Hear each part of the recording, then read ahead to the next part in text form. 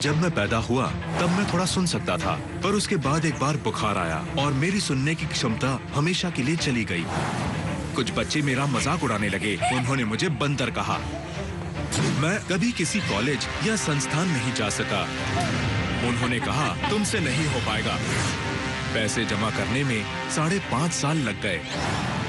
विमान का ऊपरी और बाहरी ढांचा 4 लाख रुपए का पड़ रहा था, जो खरीदना मेरे लिए बिल्कुल असंभव था। दिल ने कहा यस आई कैन, जब दुनिया ने कहा नहीं कर पाओगे। यही कहा जमाने ने इनसे, हालात ने इन्हें कदम कदम पर रोका, पर ये झुके नहीं, थके नहीं, थमे नहीं। ये है कहानियां जिंदगी के सच्चे हीरोज की। ये है कहानियां मेरे हीरोज की। HRX heroes. एक ऐसा सपना जो दुनिया में हर किसी ने कभी ना कभी जरूर देखा है। To fly. नाउ इमेजिन एक आम आदमी जो यह सपना बयां भी नहीं कर सकता, जिसने स्कूल की पढ़ाई तक पूरी नहीं की, जिसके पास घर चलाने तक के पैसे नहीं थे। वो उड़ने के ख्वाब देखता है और उसे पूरा भी करता है। साजिद थॉमस। साजिद थॉमस का जन्म 1970 में केरला में हुआ। फादर मिलिट्री में ड्राइवर थे और मां घर संभालती थी। साजिद जब पैदा हुआ था तो वो बाकी बच्चों जैसा ही था। फिर एक दिन मां बाप को उसकी लिमिटेशंस का एहसास हुआ।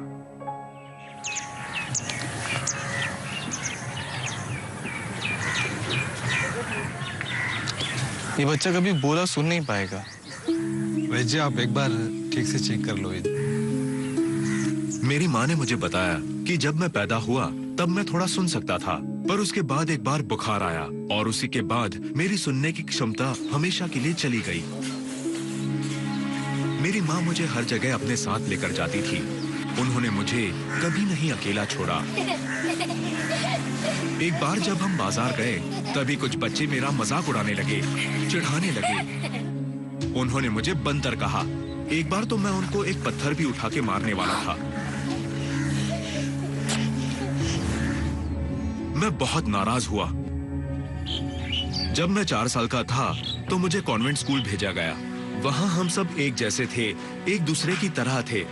हम सब बहुत खुश होते थे एक दूसरे से बातें करके, पर बाहर की दुनिया से हमारा तालमेल नहीं बैठ पाता था। शनिवार और रविवार को छुट्टी होने पर मैं सोचता रहता था कि मैं क्या करूं। तो मैं कागज को काटकर और चिपकाकर अलग अलग तरह की चीजें बनाने लगा। फिर मैं वो सब अपने बाकी दोस्तों को स्कूल में दिखाता था।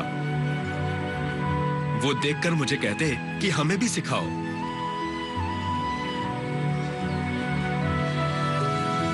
मेरी टीचर ने मुझसे पूछा कि ये किसने बनाया, तो मैंने बहुत गर्व से कहा कि ये मैंने बनाया है। मेरी टीचर ने मुझे शाबाशी दी और मैं बहुत खुश हुआ।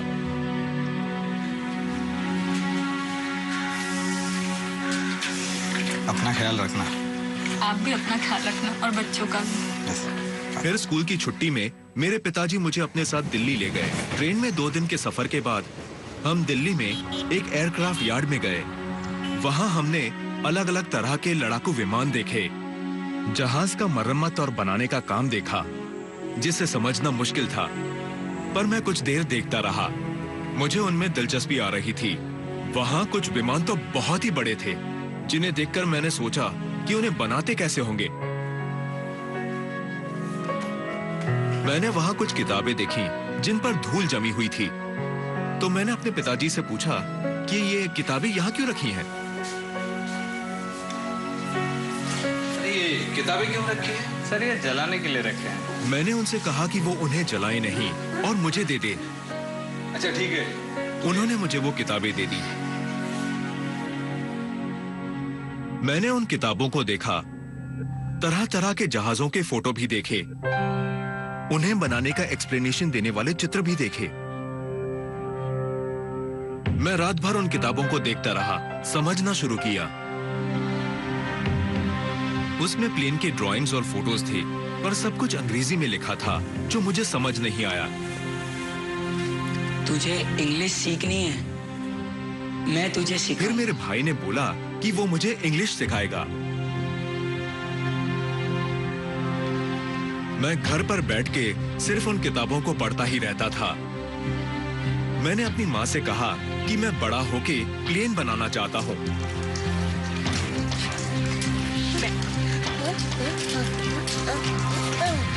लो, गूंगे बहरे भी उड़ने के सपने देखने लगे। पर वो लोग मेरा मजाक उड़ा रहे थे कि नहीं, तुमसे नहीं हो पाएगा। मुझे बहुत बुरा लगा, बहुत गुस्सा भी आया। साजी,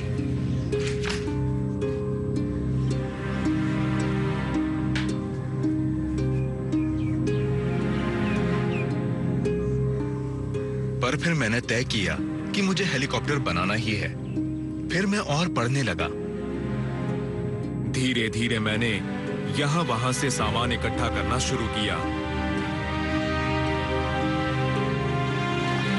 इसे पूरा बनाने में मुझे 5 साल लग गए। मैंने पूरा ढांचा खुद तैयार किया। The difference between the impossible and the possible lies in a person's determination. आसपास के लोगों को लगा कि जो बोल नहीं सकता, सुन नहीं सकता, उसने यह कैसा अजीब शौक पाल लिया है। पर साजी ignored all the negatives. वो सिर्फ पॉजिटिव सोचता रहा और पूरी शिद्दत के साथ अपने पैशन को फॉलो करता रहा।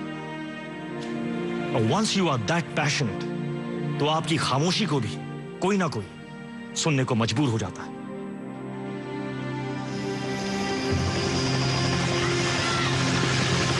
मेरे घर के पास एक हेलीकॉप्टर आया। मेरे बड़े भाई ने उसकी आवाज सुनकर उसे मुझे दिखाया। उसे देखकर मैं बहुत खुश हुआ और मैं उसे करीब से देखना चाहता था। हम हेलीकॉप्टर की दिशा में दौड़ कर गए। मैं बहुत तेजी से दौड़ रहा था। हेलीकॉप्टर को देखकर मुझे बहुत खुशी हुई।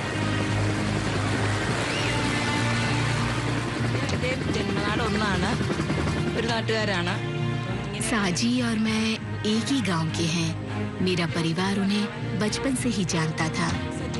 मैं उन्हें तब से देखती आई हूँ जब हेलीकॉप्टर रबर प्लांटेशंस में पेस्टिसाइड्स डालने आते थे। हम सब हेलीकॉप्टर को दूर से देखते थे, पर साजी उन्हें पास से जाकर देखते थे और हेलीकॉप्टर के क्रू से बातचीत भी करते थे।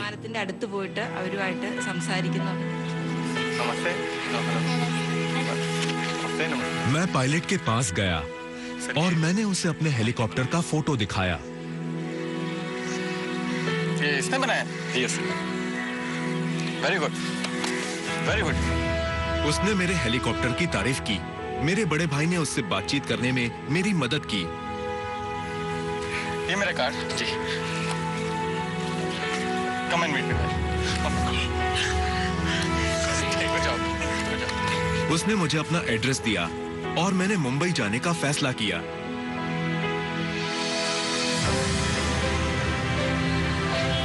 जुलाई के महीने में मैं मुंबई गया।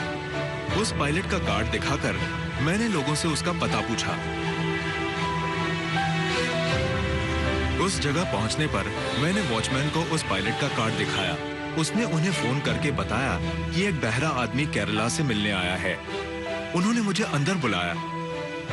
मैं अंदर गया और मैंने वहां कई तरह के हेलीकॉप्टर और उपकरण देखे। मैंने उसमें से एक की कीमत पूछी तो उन्होंने बताया कि उस उपकरण की कीमत 5 लाख रुपए है। मेरी उम्मीद टूट गई। मेरे लिए इतने पैसों का इंतजाम करना आसान नहीं था।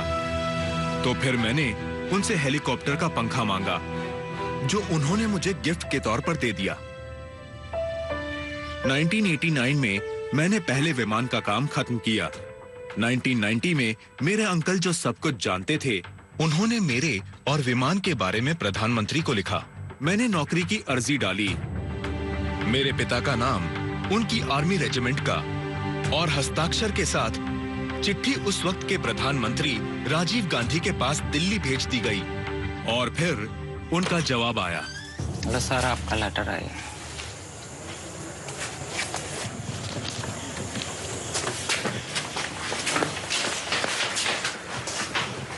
प्रधानमंत्री ने चिट्ठी पढ़ी और मेरी कहानी में दिलचस्पी दिखाई कि ये बोल सुन नहीं सकता, फिर भी स्मार्ट है। हालांकि मुझे उपकरण खरीदने के लिए पैसे नहीं मिले, पर प्रधानमंत्री का जवाब पॉजिटिव था। हमारे प्लेन मेरा प्लेन देखेंगे। वो भी पायलट है।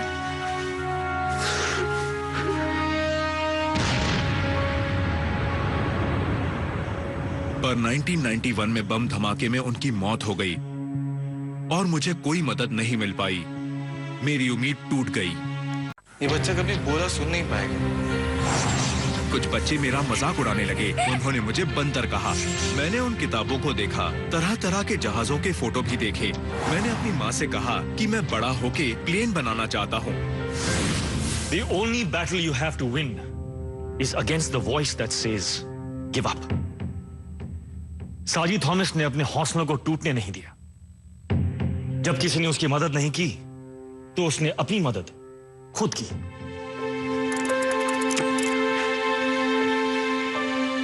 मेरा सपना था एयरक्राफ्ट बनाने का, तो उसे पूरा करने के लिए मुझे जो काम मिला मैंने किया। मैंने फोटोग्राफर, टीवी मैकेनिक का काम करके पैसा कमाया, पर वो पैसे मैंने बचाए। उन पैसों से मैं अलग अलग पार्ट्स खरीदता रहा और अपना प्लेन बनाता रहा।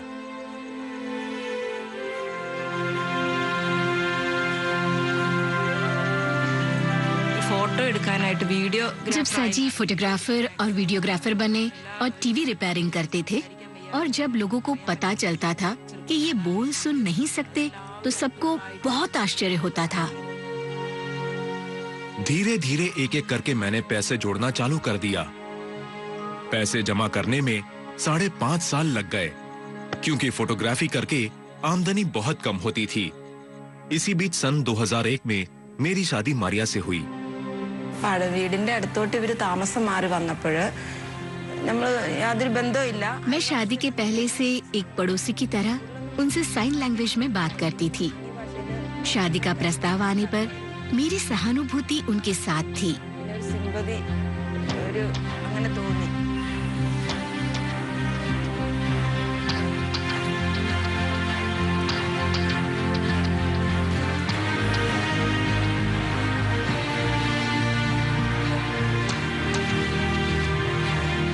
कोई बात नहीं, अभी इतनी हैसियत है। Have faith in God. ദൈവത്തിന് मेरा हमेशा से विश्वास था कि भगवान के लिए कुछ भी नामुमकिन नहीं है, और इसीलिए मुझे इस बात का कोई डर या दुख नहीं था।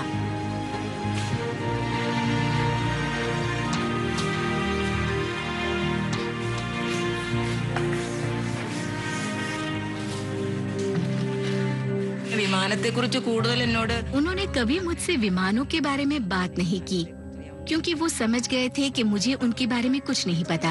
सब कुछ उन्होंने खुद से किया और परिवार के हर मुद्दे पर मुझसे बातचीत की।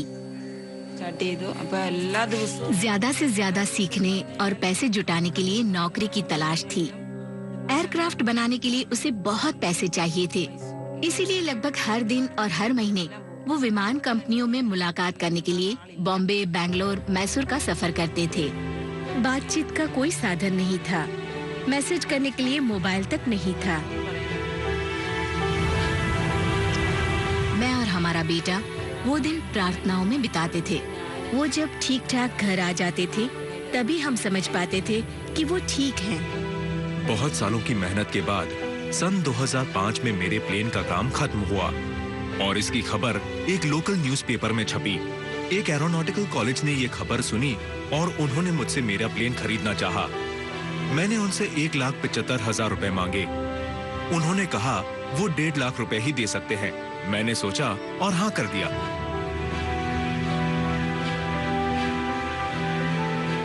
मुझे पैसे मिले तो मैं बहुत खुश हुआ। मेरी पत्नी ने मुझसे उन पैसों से घर की मरम्मत करने का काम कराने के लिए कहा, पर मैंने कहा कि नहीं, मुझे नया इंजन खरीदना है। फिर मैंने नए प्लेन के लिए पैसे जमा करना शुरू कर दिया। जब मेरी पत्नी ने मुझसे पूछा कि आप क्या कर रहे हैं, इससे तो सारे पैसे खत्म हो जाएंगे, पर मैंने उसे समझाया कि मुझे पता है कि लोग समझते हैं कि मेरा गूंगा बहरा होना मुझे जीतने से रोकता है, पर मुझे उन्हें जीत कर दिखाना है और मैं जीतना चाहता हूँ। എനിക്ക് കേൾക്കുമ്പോൾ വീട്ടുകാരാണെങ്കിൽ मुझे बुरा लगता था जब हमारे अपने रिश्तेदार और घर के लोग ये कहते थे कि वो प्लेन नहीं उड़ा पाएंगे, क्यों पैसे बर्बाद कर रही हो, वगैरह वगैरह। बल्कि मैंने खुद भी कई बार उन्हें ये कहकर रोकना चाहा कि हमारे पास घर नहीं है, रोजमर्रा की जिंदगी के लिए कैसे संघर्ष करना पड़ रहा है। ये सब छोड़कर आप नौकरी ढूंढो। कभी कभी सपनों और मेरा सपना था एयरक्राफ्ट बनाने का। उसे पूरा करने के लिए मुझे जो काम मिला मैंने किया। सन 2001 में मेरी शादी मारिया से हुई। Have faith in God. मैंने उसे समझाया कि मुझे उन्हें जीत कर दिखाना है। Fortune favours the brave. साजी को नौकरी भी मिली तो एविएशन से जुड़ी हुई, और यहीं उसकी मुलाकात हुई भविष्य के अपने मेंटोर से। 2007 में मैंने एक लेटर पोस्ट किया बैंगलोर की एक एयरक्राफ्ट कंपनी नाल में। जॉब के लिए उन्होंने मना कर दिया, पर मुझे त्रिवेंद्रम में रिटायर्ड विंग कमांडर, जिनका नाम SKJ नायर था, उनका एड्रेस दिया। उनको मैंने फोन किया और उनसे पूछा कि क्या मुझे उनके सेंटर में जॉब मिल सकती है। 2007 में साजी ने मुझे कांटेक्ट किया और मेरे त्रिवेंद्रम के सेंटर पर आकर मुझसे मिले, जहां मैं पावर हैंड ग्लाइडर्स बनाता हूं। और मैंने ये देखा कि वो बहुत ही एंथुसियास्टिक, मोटिवेटेड और मेहनती था, तो मैंने उनको अपने यहाँ काम पर रख लिया। उनके यहाँ छोटे बड़े हर तरह के प्लेन्स थे।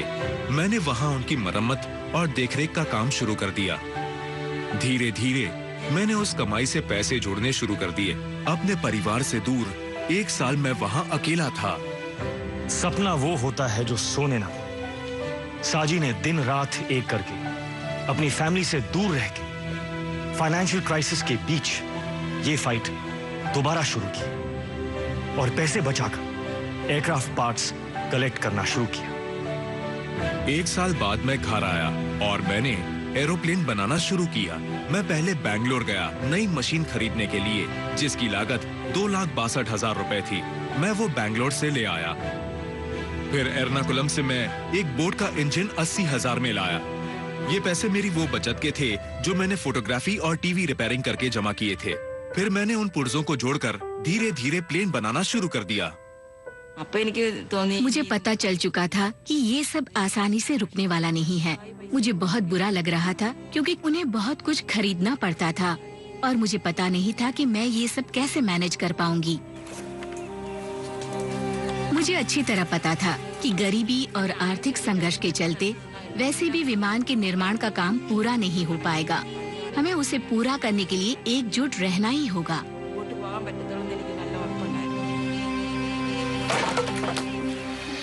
धीरे धीरे मेरा विमान सही आकार में आ रहा था, पर विमान का ऊपरी और बाहरी ढांचा 4 लाख रुपए का पड़ रहा था, जो खरीदना मेरे लिए बिल्कुल असंभव था। फिर मैंने सोचा और बैंगलोर से एल्यूमिनियम की पाइप्स खरीद के खुद ही उसे विमान का ढांचा बनाने का काम शुरू कर दिया।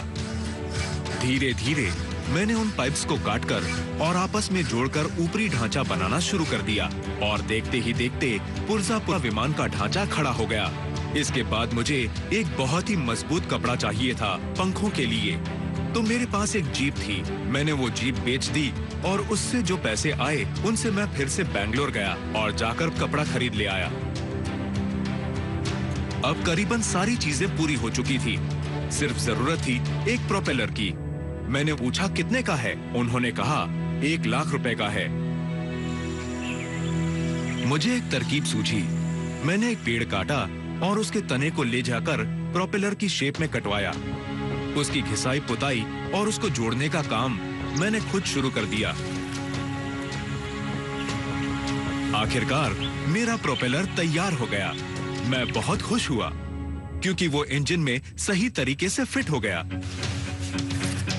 अब पूरे प्लेन के सामान को डब्बों में पैक करके त्रिवेंद्रम ले गया। मैं उसे SK नायर जी के रनिंग ट्रैक पर ले आया। मैंने फिर उसे जोड़ना शुरू कर दिया। SK नायर जी ने मुझे विमान जोड़ने की तकनीकी बारीकियां समझाई और उनकी सलाह से मैंने पूरे विमान को अंतिम आकार दिया। पर आखिरकार मेरा विमान तैयार था। मैंने उनको दिखाने के लिए आमंत्रित किया। जब उन्होंने देखा वो बड़े खुश हुए और मेरी पीठ थपथपाई। उन्होंने बोला ये बहुत बढ़िया है और मैंने विमान को शुरू कर दिया।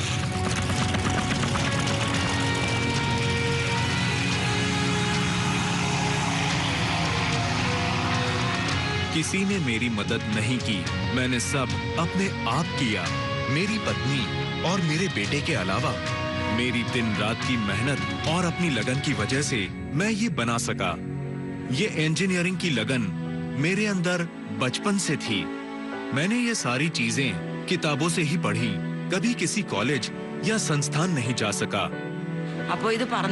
जब वो विमान उड़ा तो मैं बहुत खुश हुई। अब मैं जान चुकी थी कि उनमें काबिलियत थी बहुत बड़े और बेहतरीन विमान बनाने की।